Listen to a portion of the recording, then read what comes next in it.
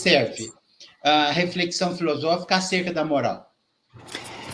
Porque muitas vezes tem normas morais que a gente considera óbvias, mas que a partir de um certo momento elas passam a não ser tão óbvias, né? Passam a ser contestadas. Pensa, por exemplo, para fazer um exemplo próximo, né? A maneira em que se pensaram, sempre se pensou nas relações familiares, né? Ou nas relações conjugais, em geral, aquela que se chama de ética sexual, por exemplo, né? Sempre certos princípios éticos foram considerados válidos universais e hoje estão sendo questionados. Estão sendo questionados por quê? Porque justamente os tempos mudam as sensibilidades e às vezes se percebe também que aquilo que era considerado a normalidade ou a norma não é normal, não é a norma, simplesmente foi estabelecido que fosse, né? Pode até resultar numa forma de opressão, né? Volto ao exemplo, para fazer um exemplo menos polêmico, né?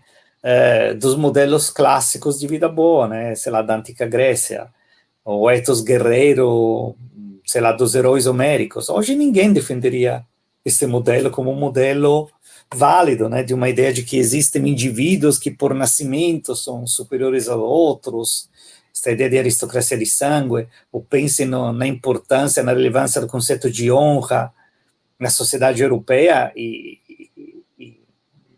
não somente europeia, né, mas ao longo dos séculos. Hoje em dia ninguém dá toda esta importância à honra, a ideia de um duelo por honra, por exemplo, hoje seria bastante indefensável, mas por muito tempo a ideia de que se alguém ofende sua honra, você tem o direito, aliás, o dever, né, de desafiar o outro a um duelo, isso era uma norma, sobretudo se você pertencia a certa classe social, isso era uma norma considerada válida. Hoje em dia a gente questiona, né? E, sobretudo, existem problemas éticos novos, né, que surgem, por exemplo, em relação à questão do meio ambiente. A gente está destruindo o meio ambiente. Isso levanta a questão não somente do que devemos fazer em relação a nós, né, a nossa sobrevivência, mas também as gerações futuras. Aí surge a questão: as gerações futuras têm direitos? Temos deveres perante as gerações futuras? Isso era uma pergunta que antigamente não se fazia, ou se fazia de outra forma, né? Era mais a ideia de que sim, tinha a ideia de que tipo de mundo vamos deixar às gerações futuras, mas isso agora virou uma questão bem concreta. Vamos deixar mundo? Vai ter mundo para as gerações futuras? Ou pensem nas questões éticas que surgem com os avanços tecnológicos. A questão da clonagem, né? Se podemos clonar seres humanos, né? Isso é legítimo? Isso é lícito moralmente? Ou pensem nas questões da manipulação genética. Né? Podemos manipular os genes para que a criança nasça com determinadas qualidades. Aí tem todo um debate, porque uma coisa é você intervir no patrimônio genético de um nascituro para eliminar os genes de uma doença crônica. Eu sei que esta criança vai nascer com genes que provavelmente vai levar ela a ter uma vida muito ruim, vai ter uma doença, sei lá, autoimune, então manipula estes genes de maneira que ela não tenha essa doença. Outra coisa, por exemplo, é você colocar genes nesta criança para que ela desenvolva certas qualidades, né, ou certos talentos que ela não teria. Essas são questões que surgem ao mudar do mundo, né? Como há um avanço tecnológico, temos que, ou vejam a questão da inteligência artificial, né? Como vamos lidar com a inteligência artificial? Ela tem personalidade, não tem, acaba tendo uma personalidade moral ou não? Isso é um tema muito debatido hoje em dia. Então, eu diria que a reflexão filosófica é necessária porque cada vez mais nos deparamos com cenários inéditos. E aí precisamos refletir, né? A tarefa do filósofo é ajudar essa reflexão, né? Então, não somente questionar a moral tradicional, né? Mas também pensar os desafios que os novos cenários nos apresentam. Legal. Alessandro, como nasceu a revista Ética? Isso, tu deveria perguntar ao meu colega Darley, né, Darley, professor Darley Dallagnol, foi o primeiro que teve esta ideia lá em 2002, justamente com a ideia de fundar uma revista. Na época não tinha tanto, assim, não, quase não havia revista eletrônica, né, quase tudo era impresso.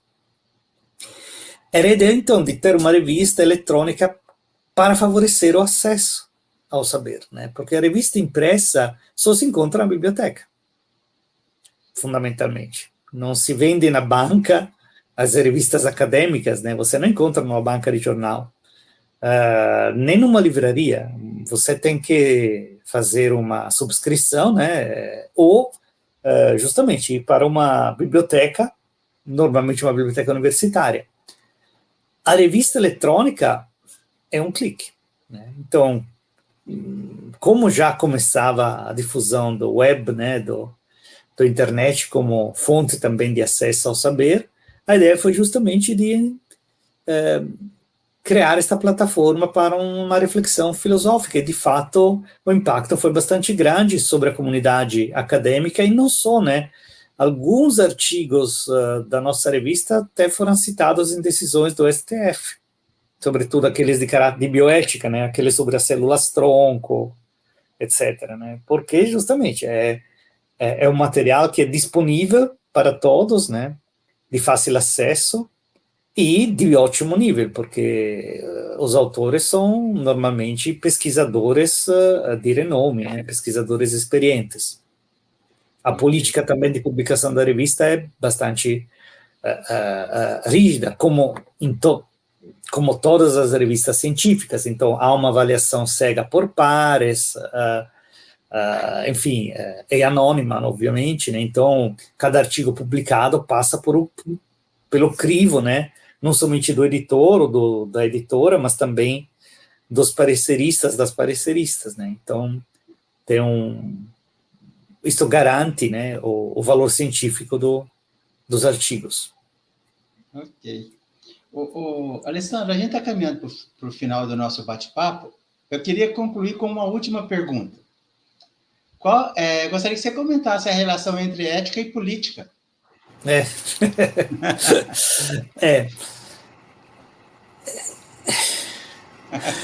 Vamos dizer assim, eu vou começar com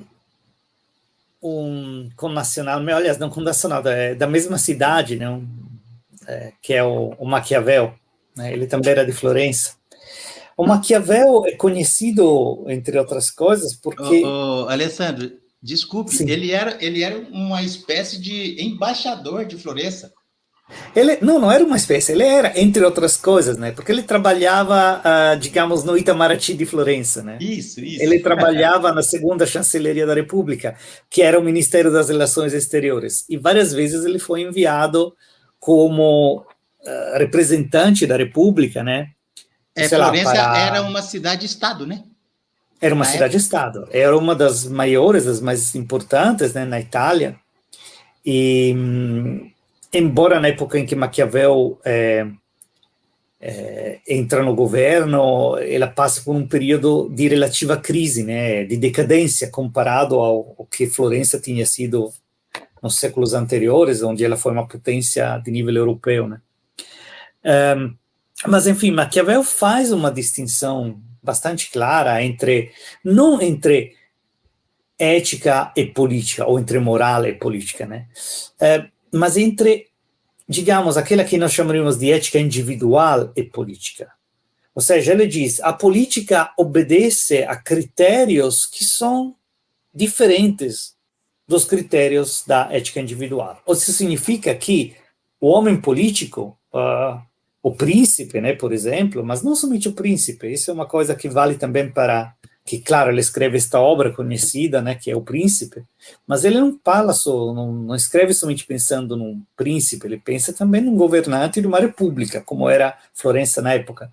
O homem político, então, de vez em quando, tem que fazer coisas que vão contra os seus valores morais, aquela que é a sua ética individual, mas que, porém, são necessárias para o bem da República, para o bem comum.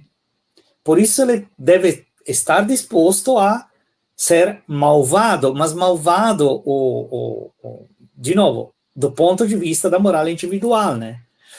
Mas isso não significa que, então, ele pode agir de forma imoral. Na realidade, existe uma moralidade que, porém, é a moralidade política, tá?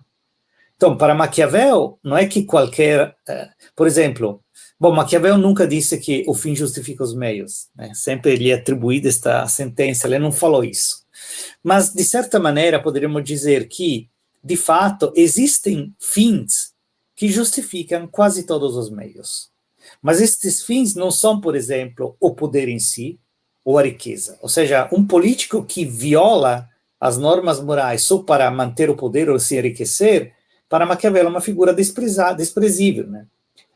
Ele cita exemplos deste tipo. Eles são tiranos e podem ter até virtude, no sentido em que ele dá ao termo, né, que é habilidade, prudência, capacidade de ler o momento de agir na maneira mais certa, mais adequada, mas eles não são figuras que merecem ser imitadas. Quem merece ser imitado é aquele homem de governo, homem de Estado, aquele homem político que pensa no bem do seu país ou do seu povo.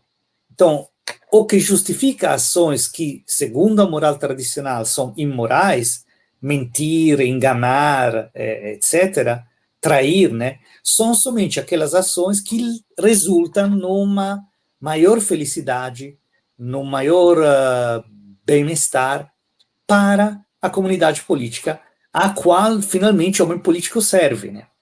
Então, a relação é um pouco esta, né? De fato, na ação política, muitas vezes você é obrigado a tomar atitudes que, do ponto de vista de uma moral puramente individual, são difíceis de ser justificadas. Mais uma vez, mentir, simular, dissimular, né? Fingir que você pensa uma coisa ou fingir que você não pensa uma coisa, tratar com pessoas com as quais você não concordaria em nada, né? Mas você faz isso por quê? Porque justamente é a única maneira, às vezes, sobretudo numa democracia, né, de conseguir governar, né, de estar no poder, mas, de novo, o poder utilizado para o bem público. Claro, a gente sabe que muitas vezes as pessoas fazem de tudo para ficar no poder só pelo poder, né, ou por enriquecer-se pessoalmente. Mas seria um erro exigir dos políticos que eles sejam sempre, que hajam sempre de forma moralmente inatacável. Se com isso entendemos, mais uma vez, né, uma moral individual. Então, que eles nunca mintam, que eles sempre mantenham as palavras, uma vez que eles deram uma palavra, que eles mantenham suas promessas, porque isso também, às vezes, depende de circunstâncias que não estão em seu poder, né. Então, o risco é de cair no moralismo político. Então, eleger o político pelo seu caráter moral, ou escolher ou julgar um político pelo seu caráter moral, isso é complicado, porque, na realidade, às vezes tem políticos que podem ter um caráter moral rigoroso, mas que são péssimos para o país, né? Justamente porque eles não conseguem abrir mão de seus princípios rígidos e de entender que, muitas vezes, também os valores morais ao redor do qual eles organizam a sua vida não são necessariamente compartilhados também pelos outros, né? Pense numa sociedade complexa e plural, como, por exemplo, a brasileira. Imagina um político que vai dizer, eu sou, sei lá, cristão e vou impor ao país os meus valores religiosos. Não, você não pode fazer isso. Você não pode. E se você não está disposto a renunciar, a abrir mão, então, dos seus princípios desse ponto de vista, é melhor você não entrar na política. Porque isso significaria, na realidade, isso resultaria numa forma de tirania, né, de imposição de seus valores morais ao resto da população. Agora, é claro, mais uma vez, isso não significa que na política não existe moralidade ou que tudo vale, né? O Maquiavel que faz essa distinção entre em moral individual e política, ou melhor, eu diria ética política, por exemplo, condena a corrupção, né? Para fazer um exemplo clássico. Claro que ninguém vai dizer que a corrupção é legítima, né? Mas certas formas de barganha política não são corrupção, são justamente uma maneira de apaziguar os diferentes interesses conflitantes, né? Porque também tem isso, né? Não pode, em nome de uma certa ideia moral, impor um interesse específico, né? Ok, Alessandro. Eu quero agradecer mais uma vez a sua disponibilidade e eu deixo os minutos finais aí para suas considerações e para falar mais um pouco da revista, como o pessoal pode acessar. Desculpe, e eu quero falar para você, já falei fora do ar, eu vou repetir, que as portas do canal Linha de Divisa estão totalmente abertas para todo pesquisador acerca da ética e dos valores morais, tá bom? Perfeito. Você passou já o link da revista, né? Então, eu vou colocar mais uma vez, enquanto você fala. Tá aí, perfeito. A revista, exatamente. É só clicar neste link, né? Você vê no portal dos periódicos da Universidade Federal de Santa Catarina. Clicando neste link ou colocando no Google ética com ETHIC arroba. No link não aparece o arroba porque isso seria um problema para acessar o link, né? É só colocar ética e UFSC no Google e você encontra o site da revista. O site da revista está, você encontra na primeira página o número atual, mas no menu que está lá em cima, na barra do menu, tem também a possibilidade de acessar os números anteriores da revista, e lá você encontra todos os números ordenados cronologicamente, né, então os mais recentes, até chegar aos mais antigos, justamente de 2002, né, tudo está online, então é bem fácil de acessar, e cada artigo está disponível em PDF, então é só baixar o artigo ou acessar diretamente na revista, você pode ler também diretamente, mas normalmente as pessoas preferem baixar o artigo e ler o artigo em PDF, pode salvar no seu computador, não tem problema nenhum.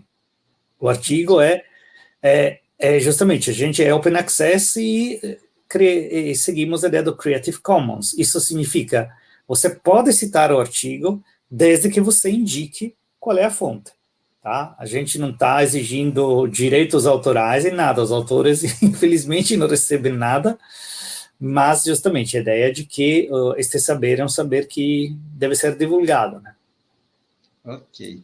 Alessandro, muito obrigado. Vou pedir para você ficar mais 2 minutinhos aí, depois que eu encerrar a live, e a gente volta a conversar outras vezes no futuro, tá bom? Pode ser. Obrigado mais uma vez, obrigado a todos e sigam a linha de divisa. Ok.